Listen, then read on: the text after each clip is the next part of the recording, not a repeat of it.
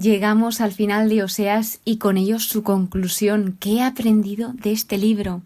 La verdad que muchísimas cosas, sobre todo es que este libro me ha encantado, ya se ha convertido de mis favoritos porque habla del amor conyugal, del matrimonio, y este es mi tema favorito en el mundo. Entonces la forma en que lo trata, cómo lo trata, a pesar de no ser la forma más bonita del mundo, porque es muy duro cómo lo trata, ya que pues a pesar de que la esposa es infiel al esposo, el esposo hace de todo por ella y la sigue amando. Y esto es lo que hace Dios con nosotros, que a pesar de que le seamos infieles, Él sigue ahí siendo fiel. No dice, bueno, pues yo también voy a ser infiel, me voy a ir de su lado. No, Él sigue permaneciendo. Es curioso porque este libro empieza con los 3 primeros capítulos hablándonos de ese signo profético, ese acto simbólico que realiza Oseas con su matrimonio de casarse con alguien que es dada a la prostitución. Sin embargo, luego, a raíz del capítulo número 4 hasta el final, es como Dios hablando constantemente a su pueblo. Y realmente se me olvidaba que era Oseas quien escribía esto, pero es Dios hablándonos directamente a cada uno de nosotros, mostrándonos cuánto nos ha amado desde el principio de los tiempos. Algo que admiro increíblemente es esa obediencia y el ejemplo de Oseas, de a pesar de la dificultad de esa decisión, que dijo que sí a Dios, y él intentó hacer en todo momento su voluntad, sin decirle, ¿y por qué tengo yo que casarme con una prostituta? ¿O por qué tengo que hacer esto? ¿Por qué no puedo casarme con alguien que no sea dada a la prostitución? ¿Con una mujer que me vaya a ser fiel? Tengo que casarme con una mujer que encima luego le tocó amarla a pesar de que la mujer prefiriese irse con muchos otros hombres antes que con él. De hecho, es que le rechazaba. No lo indica, pero es que lo lees y dices, es que pasaba literalmente de él. ¿Qué enseña este libro? Que el matrimonio tiene un valor inexplicable, que el matrimonio comprende compromiso, comprende un pacto. Tú estás haciendo un pacto, una promesa con una persona. Y si es por la Iglesia ante Dios, que esto es aún más fuerte, estás prometiendo algo a Dios y a la otra persona para toda la vida, y eso implica esfuerzo, sacrificio, implica entrega, implica cultivar y trabajar en esa relación, que era lo que nos estaba mostrando el Señor, que Él lo único que quería no era que su pueblo hiciese lo que decía la ley y ya está por obligación y decir, vale, tengo que hacer esto, pues venga, lo hago y ya está. No, Él lo que quería era tener una relación personal, sincera y profunda con cada uno de ellos, con cada uno de nosotros. Eso es lo que Dios quiere. Y se ve también, por supuesto, esa gran diferencia que hay entre Dios y los hombres, entre Dios y nosotros. Que, por ejemplo, para nosotros se nos puede hacer muy difícil y casi imposible perdonar algunas cosas que nos han podido hacer a lo largo de nuestra vida, o cosas que vemos, por ejemplo, en las noticias de esto no lo perdonaría nunca. Pues Dios muestra que Él no es como un hombre, que Él es misericordioso, que es compasivo, que Él perdona. Y esto son cosas que humanamente no somos capaces de hacer. El cambio significativo de nombres. Oseas tiene 3 hijos que primero empiezan teniendo un significado esos nombres, pero luego pasan a ser otro significado. Por ejemplo, al principio significaban nombres de juicio y luego se convierten en nombres de redención. No olvidemos que también se muestra el corazón de Dios. Dios está expresando cómo se siente. Mi corazón se convulsiona. Se está compadeciendo por su pueblo y está mostrando el amor que les tiene. Te crié, te enseñé, te guié. Cosas así que Él nos va enseñando, y que a pesar de todo esto, su pueblo le rechaza. Y bueno, hablando de rechazos, el olvido de Dios, el desconocimiento de Dios, el olvidarse de lo esencial, esto trae consecuencias muy graves, que nos lo muestra, como eran el orgullo, la violencia, la opresión, la maldad, la mentira. Por otro lado, también se centra en el conocimiento de Dios, en cómo conocer a Dios, en buscarlo. Está invitando a buscarlo, a tener una relación con Él. Y no deja de lado esa libertad del ser humano, que cada uno decide hacer una cosa u otra, y Dios respeta nuestra libertad. Si nosotros decidimos rechazar a Dios, Él lo respeta. Él no puede hacer nada en contra de nuestra libertad, porque Él lo primero que da al hombre es libertad. Aunque Él intenta salvarnos, curarnos, estar con nosotros, ayudarnos, si nosotros decimos que no, Él lo respeta por mucho que le duela. Habla sobre la idolatría, como la prostitución, el serle infiel a Dios con los otros ídolos, que muestra ese contraste de que, por ejemplo, Dios respondía, Dios escuchaba, cosa que los ídolos, por supuesto, no hacían porque eran ídolos podían ser de madera, de metal, eran estatuas. Entonces, ¿cómo te va a responder o cómo te va a oír una estatua?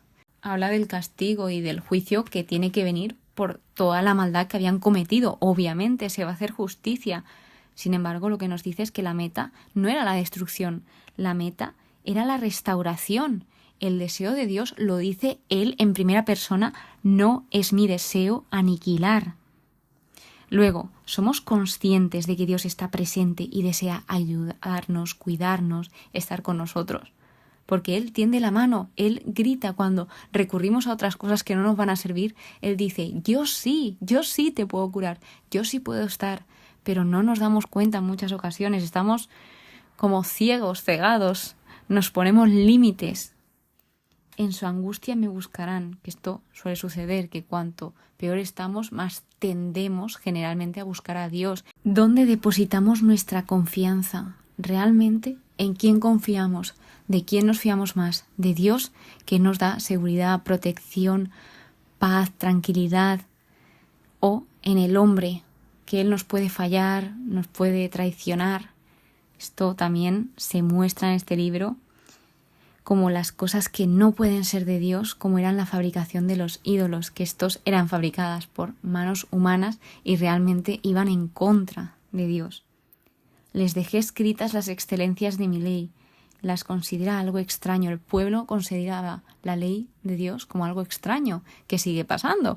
La gente suele considerar la ley de Dios, la Biblia, la palabra de Dios, como algo extraño, pero encima que Dios nos deja su palabra, que es palabra de vida, es palabra que nos alienta, que nos da fuerzas para seguir, pues hay muchas personas que la rechazan. De hecho, antes de mi conversión no la rechazaba totalmente porque sí que tenía esa certeza de que Dios existía y que Dios estaba conmigo, pero era de las típicas que decía, bueno, pero con esto estoy de acuerdo, pero con lo otro no, tal, y me rebelaba así un poquillo bastante.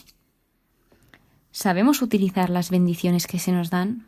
Aquí se hablaba de la bendición como un arma de doble filo, donde el pueblo se les estaba dando bendición y se les estaba dando provisión de todo lo que necesitaban, pero no sabían utilizarla bien. De hecho, la utilizaban para el mal.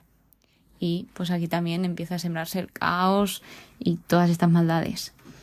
Dificultad de mantenerse firmes en otras tierras. Por ejemplo, nos habla de por qué el pueblo israelita empezó a ser idólatra, a adorar a los ídolos, porque ellos entran en una tierra donde estaba toda llena de cananeos, que ellos sí que tendían a la idolatría. Entonces es muy difícil mantenerse firme en una tierra donde hay otra cultura, otras creencias, y para eso hace falta mucho valor.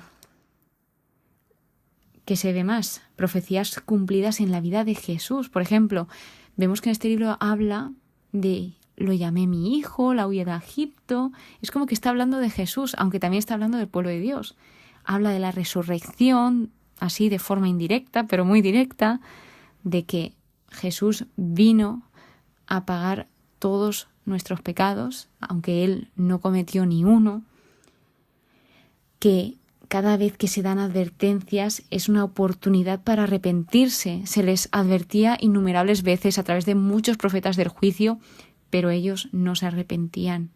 Dicho esto, como este libro hablaba en varias ocasiones del carácter de Dios y sobre todo de su enorme corazón, pues que hemos visto sobre todo que Dios es amor, que es misericordioso y que es fiel, que es compasivo, bondadoso, paciente, hacedor, único, justo, salvador, rescatador, libertador, sanador, protector.